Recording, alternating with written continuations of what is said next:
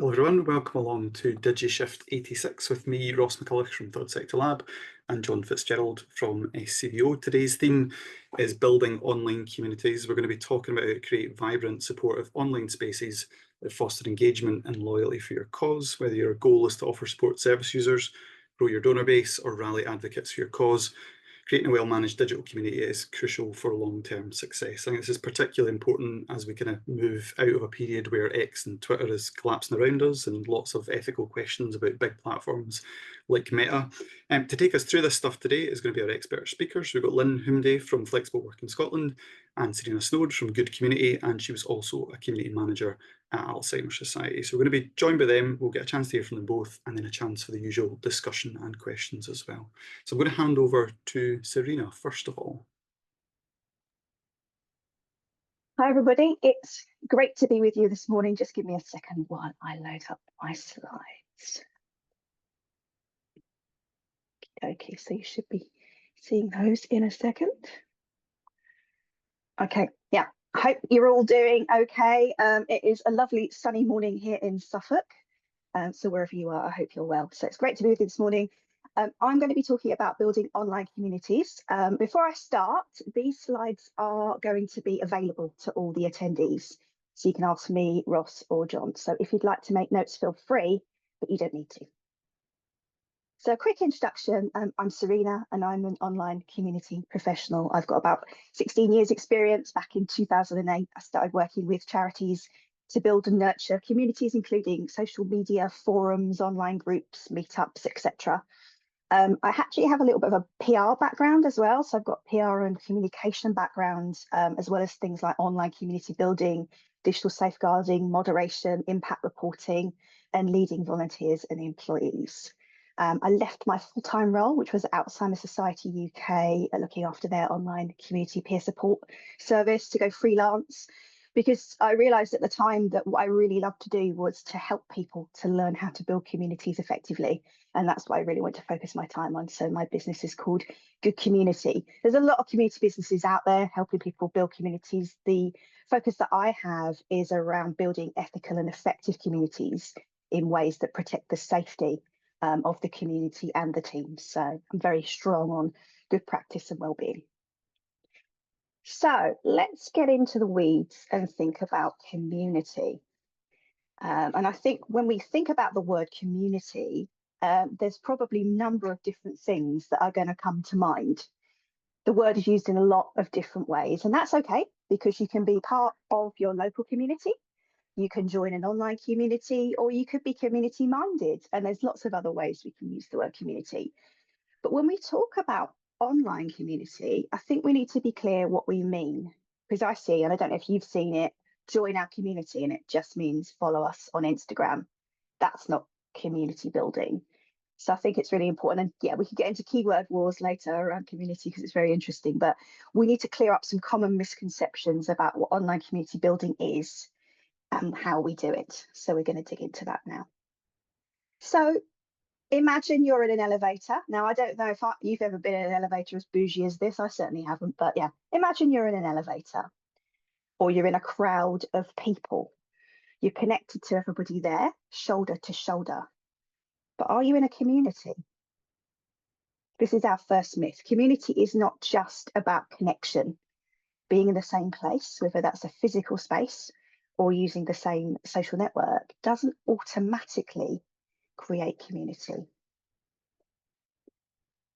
So we know it's good to talk, and that could be all sorts of things. We have a chat about the weather, we might have a conversation about our favourite festive song, we might even talk about the realities of living with dementia. I think we all know that conversation is important and it is meaningful, but community isn't just about conversation. That's our second myth. Having good discussions is a really valuable thing, but a meaningful discussion isn't the only thing you need to build a community. All communities have to start with good and meaningful discussions. And actually, I think if you don't have meaningful discussions, you're going to struggle to get a community going. But we need more than meaningful discussions when we're building community. Now, I'm not going to ask if we have any football supporters here, and what your team is. I was born in East London, so I'm a West Ham fan. You're probably more familiar maybe with the idea of fandoms as well. Now, reportedly, the first fandom were Jane Austen readers in the 1870s, although the Sherlock Holmes fans would probably dispute that. But nowadays, we're more familiar with the Swifties, the fans of Taylor Swift, or the BTS fandom known as ARMY. And in fact, ARMY are an economic force because in one day they raised $1 million for the Black Lives Matter movement. So here's our third myth. Community isn't just about common interest. We can think of sports fans, or we can think of Swifties. They have a shared passion, but they may never interact with each other and build ongoing relationships. So how do we build online community? It's actually a combination of 4 key ingredients. We've got connecting in the same place, having meaningful conversations, sharing a common interest, and crucially, creating communal value. That means the community members and the organisation are getting value from the community. I'm confident that this is the recipe for successful communities, and I actually think this works offline as well as online. And whenever I hear of a community having problems, they usually have an issue with one of these things. So I thought it's time to dig into the weeds a little bit more. We've got the recipe for building successful community. What else do we need to consider?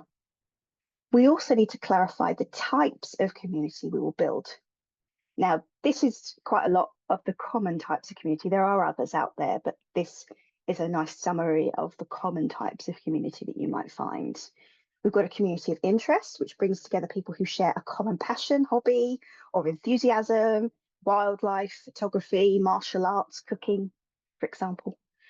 A community of practice unites people who share a common profession, craft, or discipline, professional associations, learning communities, or home education communities, for example. A community of place brings people together who live or engage in a particular physical place. That could include a neighbourhood association or a local Facebook group. And I'm sure we can remember during the pandemic where a lot of local communities of place became places of mutual aid. And then we've got a couple of others. We've got a community of action. Now, this rallies people together who are united by a shared purpose to make change happen. That could include a global network of activists, a grassroots campaign, or a pop-up political support community, perhaps around an election. And then we've got a community of circumstance. This brings people together who are dealing with challenge or experience, something that's happened to them. Most of my work has actually been in this area, leading and working with peer support communities and health organisations. But this community type, we've talked about health, it could also include a support group for new parents, for example. So, online communities can transform your organisation's impact in a few different ways. Now, I've done the benefits from the perspective of an organisation rather than members, because when we're thinking about benefits from members, we're looking at it with a different lens, but this is from an organisational perspective. So we've got 4 key benefits here. First, communities can increase your reach by removing barriers of space and time, allowing you to support more people wherever they are. Second, communities can help foster trust and loyalty. This is particularly powerful if you need to gather remote teams or gather champions for your cause. Thirdly, communities can educate and empower. You can use communities to create valuable connections between experts and patients, or you can use them to equip your supporters with the tools that they need. And finally, communities can help you to generate ideas and change, providing a space for co-design and two-way feedback. So as we can see, communities can help your organisation to do many things. But actually, there's something that sits on top of this, which is even more important. Strategically, communities can enable you to be truly community-led, so you can focus on delivering impact with as well as for the people that you serve. And I think that's the real game changer when we think about community. But there are some challenges. And as we probably already know, there's a number of different challenges, whether we're building a community on social media, online or offline. There's all sorts of expectations that can come our way. This is more for the perspective of organisations facing challenges when building online communities, but there's probably a fair amount of overlap with others. So the first thing to say, as we probably already know, with social media and online communities, comments can normally happen at any time. Most spaces are 24/7.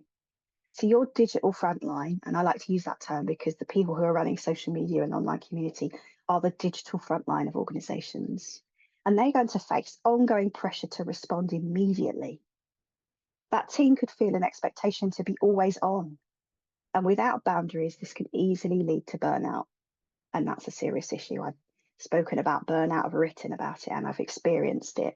And I think it's one of the key organisational risks for this type of work. The second thing is to think about community as a place of interaction. We talked about conversation earlier and meaningful connection. When we get connection and interaction, we're going to get interpersonal conflict and potentially complaints. And it can be stressful to deal with heightened emotions and high demands. Your team are going to need moderation skills. They're going to need support to effectively handle reputational risk. Thirdly, online communities are often spaces where people feel able to express themselves. And that's usually a really good thing. But this also means there's going to be a high likelihood that community teams are going to support people who are in crisis situations. They're going to be disclosing experiences, feelings, and things that have happened to them. That means as an organisation, you're going to need robust digital safeguarding procedures and a process for carefully handling issues that happen outside of office hours. And finally, there's often a lack of support for online community teams. Many organisations don't fully understand the role and the skills involved. And sadly, as I'm sure many of us know, people assume digital means free, and they don't provide the specialist training, tools and resources that many online community teams need. So we've talked about challenges. And yeah, there are lots of challenges, and some I didn't even mention that are on that slide. When we think about that, though, ultimately, I do still think the benefits of community outweigh the problems. And we can mitigate those challenges. And one of the most important ways of doing that is to build a community toolkit. Now, I think you can group your community toolkit with 3 different areas to think about. There are tools you will use, a support network you'll build, and external resources. So let's think about tools. We've got things like a solid community strategy, clear internal processes, including moderation, finding the platform or platforms that work for you, content and programming, broadly that's topics and events, and data and reporting to track activity and impact. Your support network could include a team of volunteers and employees to help run the community, finding frontline allies, and I think that could be anybody at the front line in your organisation, which could be services, customer service, helpline, press. Thinking about finding supportive internal leaders, that people who get digital, people who are prepared to back you or prepared to listen to your expertise. And then connecting with other community builders in the charity sector and potentially beyond. And finally, thinking about external resources, things like mystery shopping other communities for ideas, gathering best practice, investing in specialist training, seeking expert advice, and providing self-care resources. So we've gone through quite a lot in the last few minutes, but let's summarise what we've gone through. So a few things to think about when we're building community. Ensure you have those 4 ingredients that we mentioned earlier. We've got connection, conversation, common interest, and communal value. Secondly, clarify the type of community you're building, because that's going to help you to work out what good looks like. Thirdly, identify the benefits and build a reporting framework so you can demonstrate them. That helps you to show the value of community. Identify and mitigate your challenges with the right tools. And we were talking about that community toolkit, which includes building a support network, finding the tools you'll use, and gathering external resources. So yeah, that's it from me. Thank you for listening. I hope this was helpful. As I said earlier, the slides are available if you'd like a copy. We're going to be hearing from Lynne shortly, and we're going to have time for questions later. But if you do have any questions or you'd like to reach me, find out more about my work, you can email serena@goodcommunity.co.uk or visit my website. Thank you. Thank you so much, Serena. That was great. Yeah, and really nice to have the conversation moved on from the usual just stick a forum on our website, or we will open X and something will just magically happen. So that was really useful. Thank you so much. We're going to hear from Lynne now, and then we'll get a chance for discussion and questions. One quick thing I was going to say was because I felt there was so much that Serena said there that was giving me questions or ideas. If you got something that you don't want to forget, fire it in chat now, and then we'll make sure we'll get to it when we get to Q&A. But obviously, no pressure. You may want to just listen to Lynne as well. But if you're thinking, oh, I really want to make sure we talk about that, pop it in chat. We'll make sure we get to it when we get to Q&A. But thank you. It was brilliant. Thanks, Serena. Thanks, John and Ross. I'll just share my slides.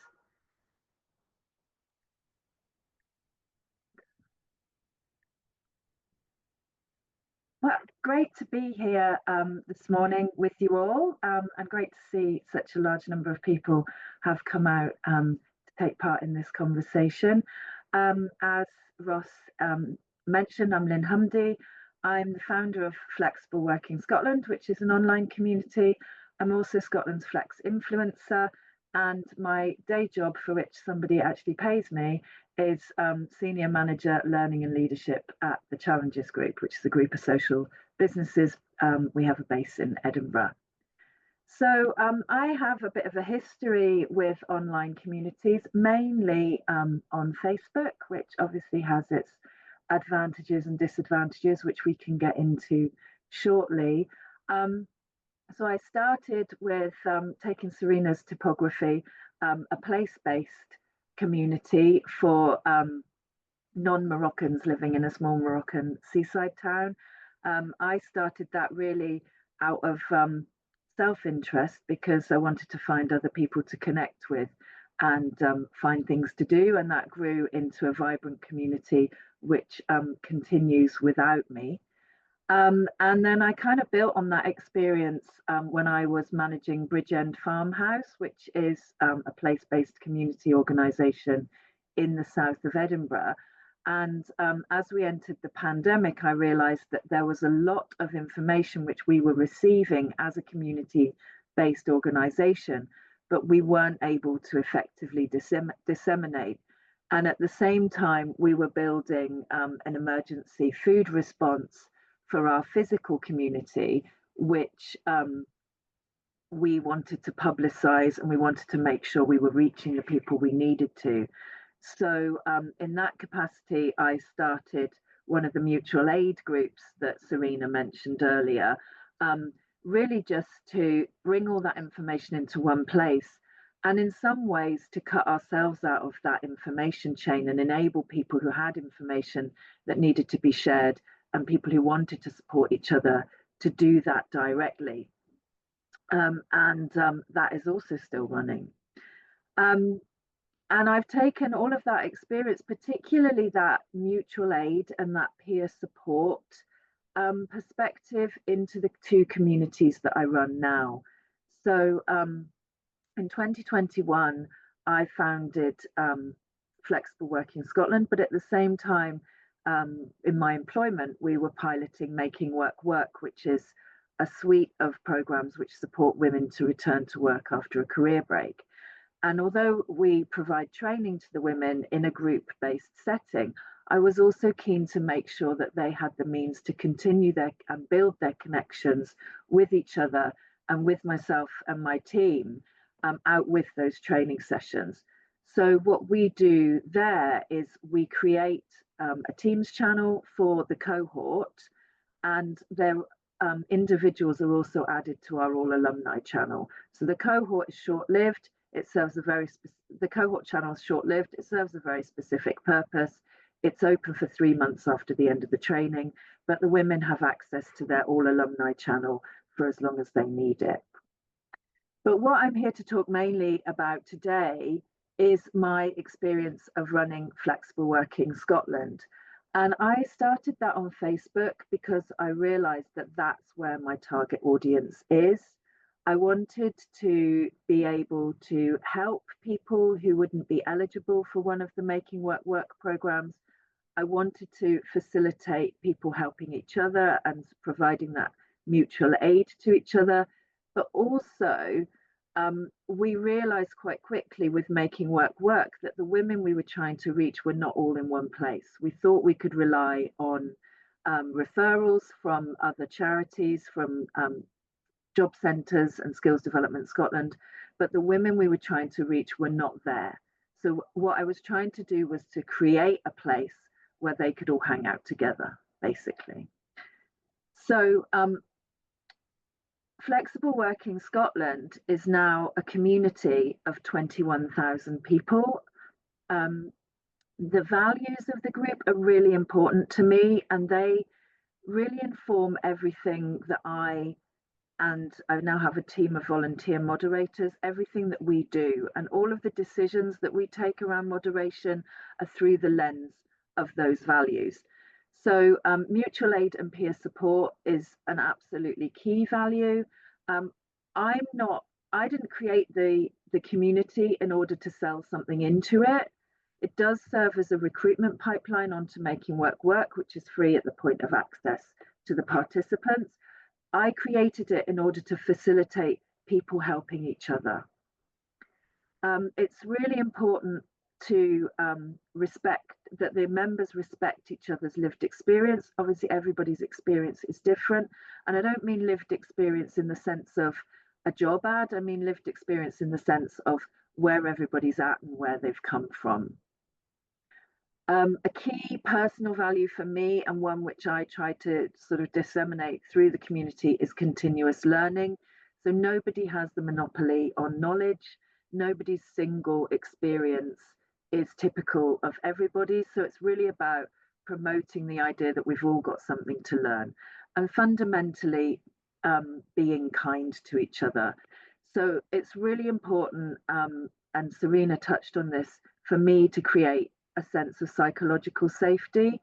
And one of the big resource needs, I think, in any online community is being able to be there to nip any judgment, any negative comments, any unkind actions in the bud. Because I think as soon as you allow that to develop, it becomes a bit of a pile-on. And I think we probably all know that from social media.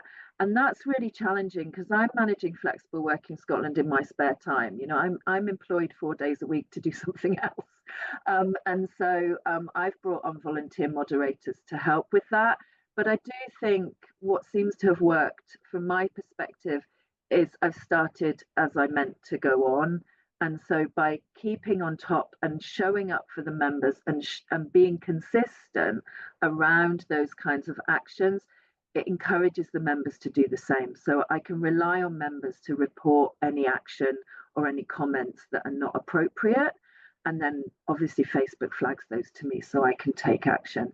And honestly, I checked the other day, and I've had to ban less than 2 handfuls of people. So I think that shows that people are coming to the community and understanding the values. So our mission is that we're a community for people who want to work flexibly, recruit flexibly, and advocate for greater flexibility and equality at work. And I was thinking when Serena was talking about her typography, so in a way, we are a community of interest. We have a shared interest in flexible working and in work that works. We are a community of practice, because there are employers in there who are practicing flexible work, and people who are asking for support in maintaining their flexible working arrangements. We are a community of action, so I don't have a lot of capacity to campaign or to take action on different sort of lobbying, but I'm very happy for those kinds of organisations to be in the community and to use the numbers of people in the community to further their purpose if it's aligned with the purposes of the group. And we have, for example, taken part in a demonstration as a group. So there was about 10 to a dozen of us who took part in the March of the Mummies a couple of years ago, which was run by Pregnant Then Screwed, another third sector organisation.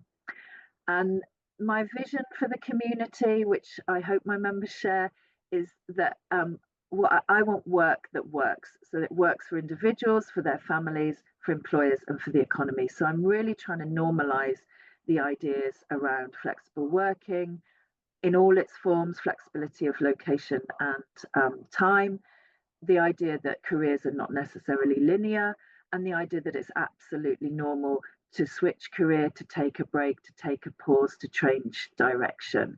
And fundamentally, I want my members to feel that whatever they're facing in terms of their career trajectory, they're not alone, that somebody else is there to support them, and there's somebody else who can offer some advice or some help for them to move forward.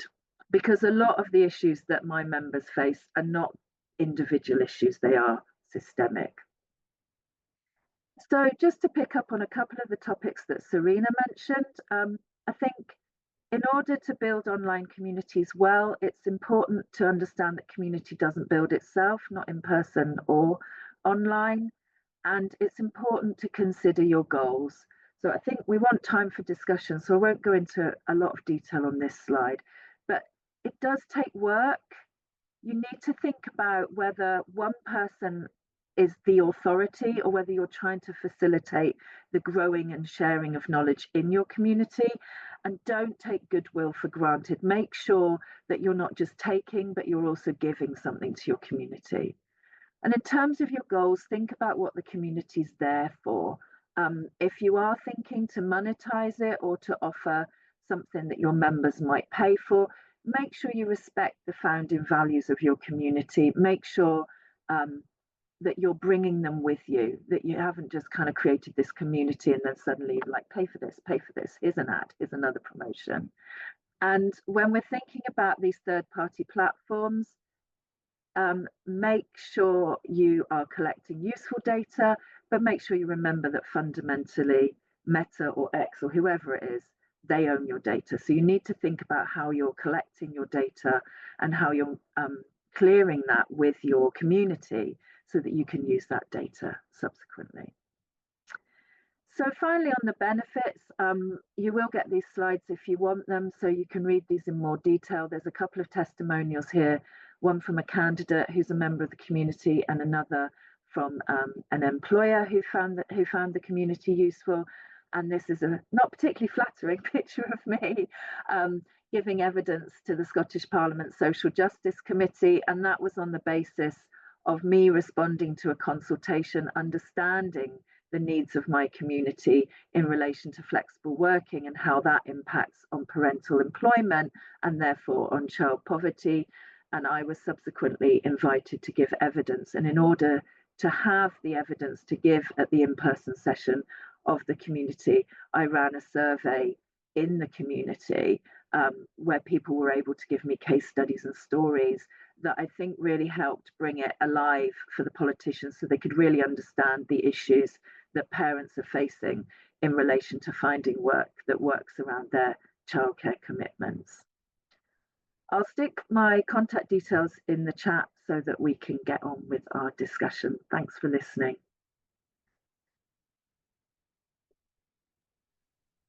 Thank you, Lynne. That was really great. So much food for thought there, and I'm sure people are thinking of questions as we go. I'm going to look up the chat because I think there was one that I saw right at the start from, let's see, I think it was Jennifer was asking about that distinction between a community of interest and a community of circumstance. And she's asking how significant that difference is. So I wonder if we might start with that one because it was the top of the list, and then we'll get going. Thank you.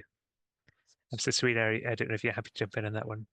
Yeah, that's fine. Yeah, communities of interest normally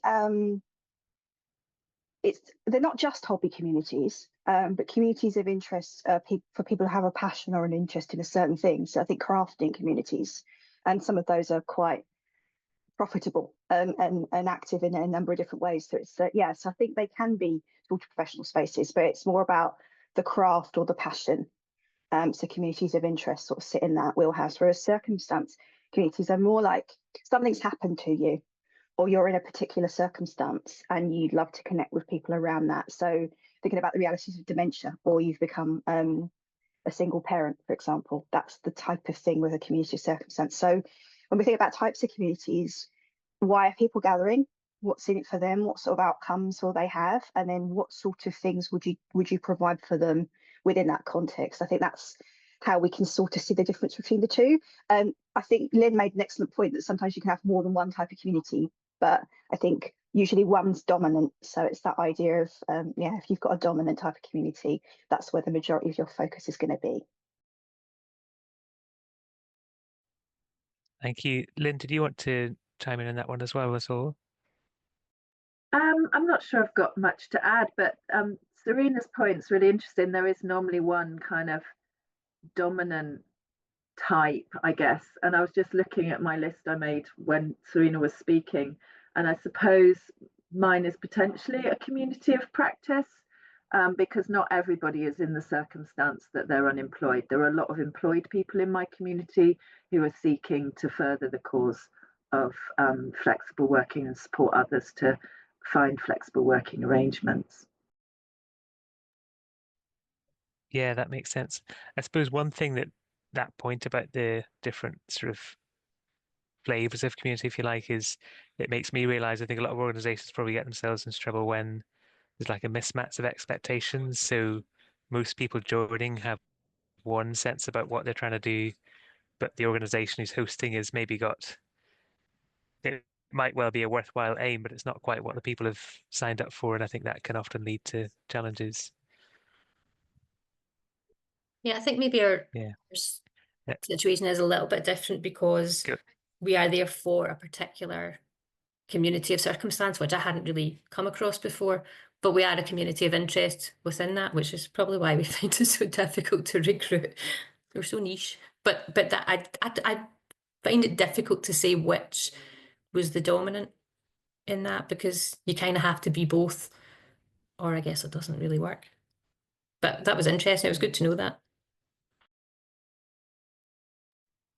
Thank you. Go for it, Lynne. Yeah, I was just going to add, sometimes it's quite hard to kind of oblige people to be community minded. So if I think about my community, some people are there just because they want a job and then they'll leave. They're not really interested in the broader social impact objective that I have, and they're not, they're quite sort of single-minded in that way. And I'll probably lose those people, but I'm not too worried because I have that social impact objective, so they can kind of come in, get what they need and leave again, and it's not such an issue.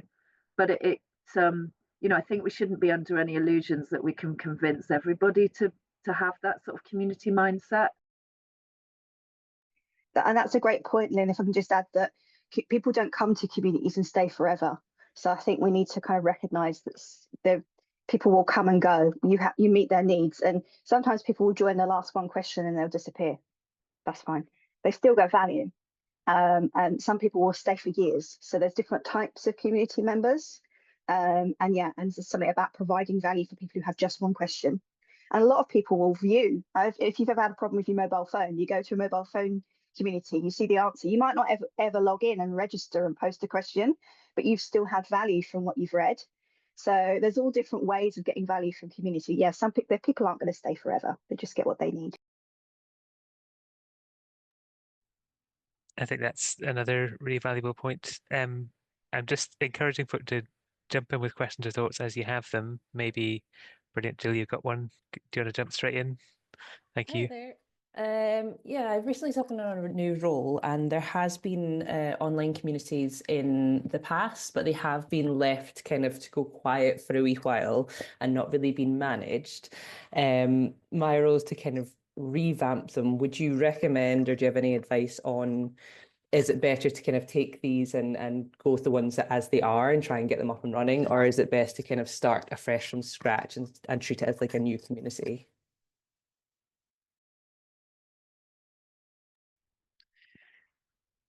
Who would like to jump in on that one, Lynne or Serena? Serena might have more to say than I do, But I think, and this might get us onto a conversation about platforms, it's really hard to bring everybody into one place. So I think there's a trade-off between having almost a captive audience, but if they are not there for the purpose that you want them to be there for, it's tricky, because they might feel in some way cheated, that, well, we came for this and now we're getting that. So I think it's really whether you decide to start again or whether you decide to try and morph what you've got, it's really about being absolutely clear. And if at whatever platform they're on, do not assume that just because you say something once, everybody will hear it and get it. And that, again, on social media in particular, it's quite a difficult balance to strike between saying something often enough that the majority of people understand and hear and have the opportunity to offer feedback or ask questions, and not kind of spamming people so they're like, oh my goodness, I've already heard this, I know this, I'm fed up, I'm going. It's tricky. That's an excellent point. It's something about you don't want your community to be an annoyance, right? You don't want your organization to be an annoyance. And sometimes you might build community around a topic that's related to your organization. And that's what a lot of, especially for-profit companies try and do. So Sephora were building like a beauty community, and they're like, oh, we happen to sell products. So it's this idea of actually, how can you be useful to that community? How can you show value? What sort of topics do they want to talk about? Where are their needs? Where are their pain points? Where are their challenges? And how, as an organization, do you meet that? And some people do use community as a funnel for sales. And that's actually one of the keyword wars that from earlier, this idea of like, I'm a coach and I'm selling learning products and I'm going to have a community that I never manage and never talk to people in. So it's this idea of actually, it's not exploitative, right? It's got to add value. But yeah, it's working out at what point you add value, you wait, you try and build those leads, you try and build that connection with people, but you're doing it in a way that's meaningful and that works for them, basically. That's great. We've got a really brilliant, Hannah, I'll take a question for you, and then we got a great observation from Stephen, which I think is worth sharing as well. But do you want to jump in with your question, Hannah? Yeah, I was just wondering, oh, sorry, there we are. Are there any advice or tips that you can give to try and get the community to engage with each other, so that it's less about just being on sort of transmit and more about sort of fostering collaboration between existing members? So it can kind of not wanting to make it be lazy so it takes on a life of its own, but sort of foster that sense of empowerment for people to help solve each other's problems as well.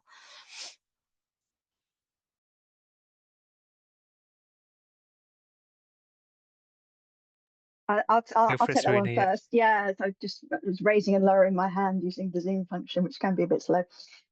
Yeah, so thinking about how do you foster engagement, and especially in the early stages of community, it sort of feels like, at the beginning of a party where, there's like no one there and you've put the bowls of crisps out and you're thinking no one's going to come. And it's that's sometimes what can happen in the early stages of community, or when community is built around a speaker or a coach, you get this idea of cults of personality and things. So that's times where maybe engagement might suffer a little, or perhaps where the community's gone through a period of inactivity. Sometimes that's where this sort of kind of a little bit tumbleweed sort of effect can happen. And I think sometimes it's about working out, well, where am I building community? Firstly, it's easier to do peer-to-peer interaction in a community product rather than social media. You can do it on social media, but it's much harder. But it's thinking about how to engage people with each other, topics that they can talk to each other about, how you might encourage active community members to have more of a role in the community. And perhaps some community managers will tag people with their permission and say, oh, I think this person can help you with that. And then that interaction starts. Or having a group of people whose job it is to try and engage with other community members. So we introduced a team of hosts at Alzheimer Society whose job were to welcome. They were the welcome committee. So they weren't focused on moderation. They were focused on welcome and support. And sometimes actually, as a community team, you might do that hosting role first, or that role of tagging and connecting people, appropriately. But it's about trying to build that peer-to-peer interaction, to try and encourage people to be active and to model the behavior of welcoming people, and then, encourage that to happen with others. It does take time. And so, especially with some communities, like communities of practice, usually people are very time poor, they've got their heads down, they want to crack on. With communities of circumstance, you're more often getting that sort of peer connection, but finding all the different tools and mechanisms that can help people to talk to each other is the most helpful way of doing that, I think. Can I just add to that? Go in, yeah. Thanks. Yeah, I think Serena makes really good points there, and I'm thinking sort of specifically in my experience of moderating and administrating a Facebook community. I started putting content in that group before there was any members, and then I kind of invited people I knew, and then it kind of grew from there. And so I think you need to think about content that you're providing that people can respond to. It's useful, and I use content pillars, so it's the same kind of content on the same days of the week. So people start either consciously or subconsciously to kind of get used to the kind of content. And the content that I post, I try and make it sort of complementary and supplementary to the kinds of content that the members post. The members most typically are posting job vacancies or posting with questions and comments or problems that they're looking to solve. And so at the beginning, I was taking quite a lot of time to respond to everybody. And then that kind of got people to know me as the admin, but also it helped to sort of create that psychological safety, no stupid questions, people are being encouraged, and also it feeds the algorithm. So the more things are, if I engage with things, then it helps posts be more visible for other people to engage with them.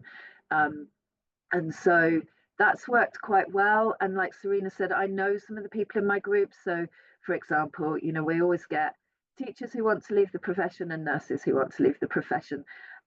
So I can sort of say, oh, I know that this person did that. They might have time to say a few words, or I saw somebody posted about that recently, and I'll either find the post or I'll tell them what they can use in the search function to find the post. And that takes a lot of time because you're almost kind of the glue between the people until they can be the glue themselves. So don't underestimate the investment of time, and also having the kind of brain that remembers where things work is quite useful as well. But asking questions and encouraging people to answer them, I think, is a good kind of basic way, not sort of saying, here's all the information we have, and leaving it at that. How did you find it? Is this useful? Would you like something else? Those kinds of things create engagement.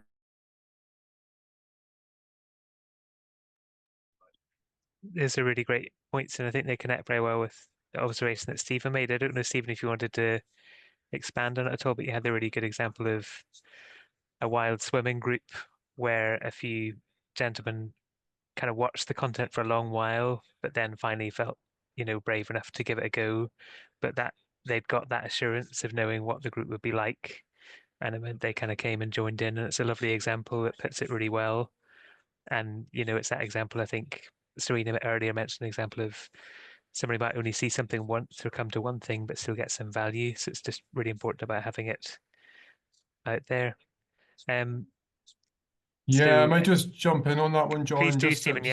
Yeah, it was just for anybody who might have not read the comment I popped in the chat. So involuntarily, I'm a wild swimmer myself. For the last 2.5 years, I've been running a wild swimming group based in Broughty in Dundee. It's a men's mental health group. We do wild swimming 1 to 2 times a week. We are currently still swimming for those of us who think we're mad. It was set up back in 2022 just to bring together men within the local community who wanted to be around other men to build that community, to have a conversation. At the time it was on Instagram, but we didn't have a massive sort of following, and it was myself that took it over. And it was really I thought it would be about posting one post a week about what we'd been doing, but over the last 2.5 years, I've kind of been trying to build this online community, both internal and external, to drum up confidence in people who want to speak about mental health. So we do have a lot of female, non-binary, trans followers as well as men. And it's about fostering that community online, but also bringing them into person as well. So in the case of Steve and Ian, who are both recently married, actually they're in the 60s and their 70s, they're of the LGBTQIA plus community. They had been watching the online community for about a year. So we were posting content about our regular dips, our away trips and excursions that we were doing, and just sort of sharing that safe, inclusive nature of the group to help build confidence within them. And one day they reached out to us and they said that, you know, they felt confident coming along. They had been regularly duking or wild swimming themselves anyway with friends, but they felt confident to come along and join the men's group, which can be very large and very daunting for somebody coming along for the first time. The two of them are a little bit quieter, a little bit more mild-mannered, so they're very much very active members of the group now. They're regular dukers. They come along every week. And yeah, just part of building that confidence for myself was even just creating pinned posts at the top of the Instagram to share, you know, information about what to expect, myth busting, that kind of thing, just for the community to understand what to expect when coming along to a group. So if you're interested in finding out a little bit more about what we do in the group and just to sort of see some of the posts that we pop up, it's Dundee Dukers. So it's instagram.com/Dundee Dukers, and you'll see some of the content that we put out there, and it's just to build up that confidence. So yeah, it's a really nice community that we built. Anyway, I'm going to be quiet because I've rambled on a lot. Thank you, Stephen. It's lovely to get that context, and it's such a good example as well to highlight the point. Lynne, you got a hand, but I'm going to fire a quick question because it's kind of host's privilege, I guess. But my quick question is about your flexible working community is massive now. It's 21,000 people.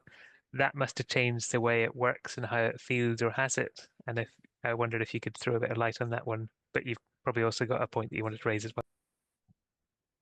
Thanks, John. No, I was clapping at the men's wild swimming group. Yeah, it has changed the feel.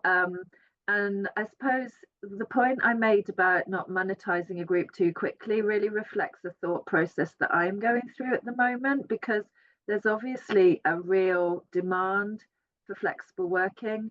I see a lot of similar questions asked repeatedly, and at the moment I don't have the capacity to sort of develop blog posts or FAQs on a website that I might be able to feed in response to those. And I had also thought about, well, maybe what I need is a chat bot. But when I thought about that in greater detail, I realized that the reason the group works is because it's so human, and using AI would kind of take that human element out of the equation. And so yeah, it's causing me to think a lot about what next for the group, about the functionality of the group. I'm actually working on a jobs matching platform that would be outside of the Facebook community, but obviously the community members would be the primary users, because the functionality of Facebook as a job site isn't ideal. You can't search, you can't filter, and you know the way the algorithms work, things sink to the bottom and gone without a trace exactly at the time when somebody who could have usefully seen that job and applied. But I think because it's grown organically, I've been running it now for 3.5 years, there are those core members, and as Serena says, you know, sometimes people are a bit sort of absent for a while and they come back, but I know I can rely on my core members to chip in. And I've now, I think I mentioned, recruited 6 volunteer moderators. So it's really good to have them as an extra pair of ears and eyes, not just letting people in and allowing posts, but also just checking that everything's still aligned with the values and respecting the rules. And I think it wasn't until I brought them in that I realized quite how much I was having to manage single-handedly, and I think I probably was quite close to breaking point. So that's been really helpful. So my advice to anybody, if your group's growing, get the moderators and the support, you know, the supporters and the volunteers if you're using them, or colleagues, if you're in the position to pay somebody, get them in sooner rather than later before you fall apart, because I think we had kind of stretched a bit thin. Thanks, Lynn. Great points, as always. Obviously, Serena, feel free to chip in if you like to, but one thought I had coming on from that is that piece around when a community is working really well, and people maybe don't realize that there's actually a lot sitting with the founder or the initial people. So it's always worth having that reflection to say, well, so and so's been coming for 50 episodes or been posting for such a certain length of time. Give them that invitation, because most people, I think, by default wouldn't assume, oh, I need to go into that space and do a bit more. They'll kind of hold back a wee bit. And often that invitation about you could do a bit more or could you help with this can help them contribute a bit more. But I'll stop waffling because Serena's probably got a good point. It is a great point, and there's a couple of things that Lynn was talking about, the size of her community and this idea of actually communities can shift in size. So this idea of when a community moves from a village to a town in terms of size, and this happened at Alzheimer Society, where I think when I joined the organisation, we are at 20,000 registered members back in 11, 12, I can't remember. Anyway, yeah, about 20,000 registered members. And then when I left 12 years later, it was at 85,000 registered members. So it quadrupled in size in terms of people joining in that time. And it sort of was at the end of its village era in a way, and was moving into becoming a town at that kind of 2012 point. And it's that idea of actually when a community becomes really busy and there's lots of people engaging, it can start to feel quite noisy. And that's where, trying to organise content, subgroups, teams of welcome committees, all that sort of thing becomes really important, because you've got a lot of content going on, you've got a lot of people joining, lots of kind of, different flywheels of activity sort of going on. So it's the idea of how do you manage that? And it becomes this big thing. And when you think about the challenge of running a 1 billion person online space, I have a little sympathy for Meta. So it's the idea of actually that there's a lot going on. And when we think about Dunbar's number and the idea of you can only have meaningful connections with, I think, about 150 people, and it's the idea of actually building sub-communities or little subtopics and groups of people trying to connect people in a similar circumstance. That's where that fostering that community element within a larger community is really important. And just that idea of you can't expect one person to do all of the aspects of community building, and actually finding your early adopters, finding your active users, recruiting volunteers, having employees within the organisation helping with community building is really good, because you're building, lots of capacity. And it helps prevent burnout, which is a big thing for online community teams. Thank you. And Stephen's popped in a good wee point in chat there about having a sort of an offline channel, if you like, where people who've got a kind of key role in the community kind of check in. And I think that's really valuable. A bike club I was part of, it was a very rapid turnover of people. We found that getting volunteers together when we had a tricky decision to make around maybe saying somebody couldn't post anymore, having time to actually have a conversation in a slightly more reflective space was really valuable. So it's a good point there. We're getting close to the end of the time now, so I wonder if we've got one or two more burning questions where somebody's possibly been sitting on a question for a few minutes. Any questions you can ask, anything about community. It doesn't need to be a very complex one. Just feel free if you've got one that you'd like to share that maybe you've been sitting with.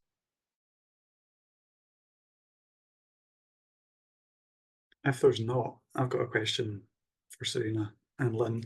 I guess it's more just, your general thoughts on building communities in a space where you're at the whim of the algorithm versus building community in a space where the algorithm doesn't dominate. And I guess an obvious example of that is building a community in WhatsApp versus building a community on Facebook groups or an Instagram feed. So just any feelings or thoughts on that, because I think as we kind of move to a place where organic reach is like so small now, that what does that look like for communities online?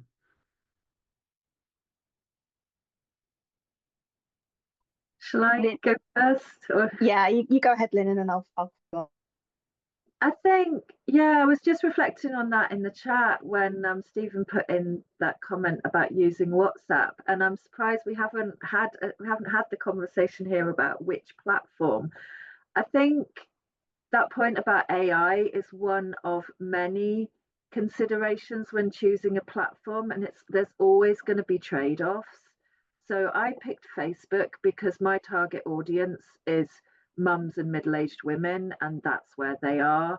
And it's interactive in a way that Instagram isn't really. And also, you know, I can post different kinds of content on Facebook compared to Instagram, which is very much led by images and video. So I think, you know, there's a number of things to consider when you're thinking about setting up an online community. Where do the people hang out? You know, can you find an app or a platform they're using already without giving them another app to download or another set of clicks? Is that point about AI important? It's definitely a downside for using social media, but I imagine that AI is going to become more of a feature for most of the platforms that are out there over time. You know, we can't escape AI. And what, you know, do you need anonymity? That's something else you need to consider in selecting a platform. Facebook has actually recently increased the types of anonymity that you can use. I find it great in some circumstances and really irritating in others. And so there's a number of considerations, and I think AI is a really important one. But it might, for different people in different circumstances, it might be at the bottom of the list of considerations, or it might be at the top. Serena might have more to add.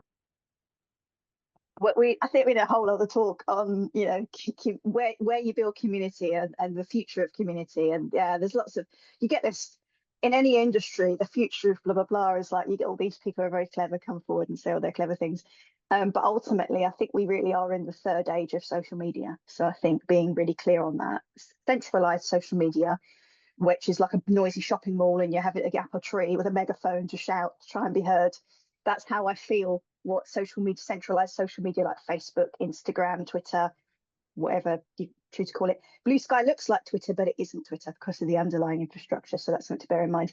But thinking about actually, are we returning to niche? Are we returning to owned in this third age of social media? Are forums and groups and apps going to become more important? Do we need to double down on our newsletters? Because the trade-off ultimately with centralized social media is you're not going to have, you know, that idea around direct communication with the people and data. Those are the two things you sort of lose. So try and find ways of having that direct communication and the data elsewhere, building mailing lists, newsletters, getting databases of people, because those platforms aren't going to give you that data. You're going to have to create it yourself. And then just thinking about, you know, ultimately familiarity, features and feasible are the three questions you've got to think about when you're building platform. So hopefully that's helpful. It's a really good place to finish. I'm conscious there's one more question, which I think I can deal with fairly quickly, that's come in the chat, and then we'll wrap up. So Maurice's put a question about leaving X, moving to Blue Sky. So an excellent statement from Chartered Institute of PR yesterday, which I think sums it all up. There's been a lot of virtue signalling about leaving X, and a lot of it is correct given who owns the platform. The biggest question, and actually the reason the CIPR have left, is organic reach on there has been throttled to the point where it is almost a pointless activity. So I guess the question I would ask is, if anyone in this room is still using Twitter and you're getting lots of reach and business impact, good for you. Maybe you can make an ethical choice to stay there. For most of the people in this room, if you go and look at the analytics of the last month, I can pretty much guarantee 9 out of 10 people in this room will have had no impact whatsoever on Twitter. And that's certainly been my experience in charities that I've worked with. So there's the ethical consideration. What I would say is there's almost a bigger thing where simply using it has got to the point where it's bordering on pointless. Blue Sky's easier to use, it's an open network.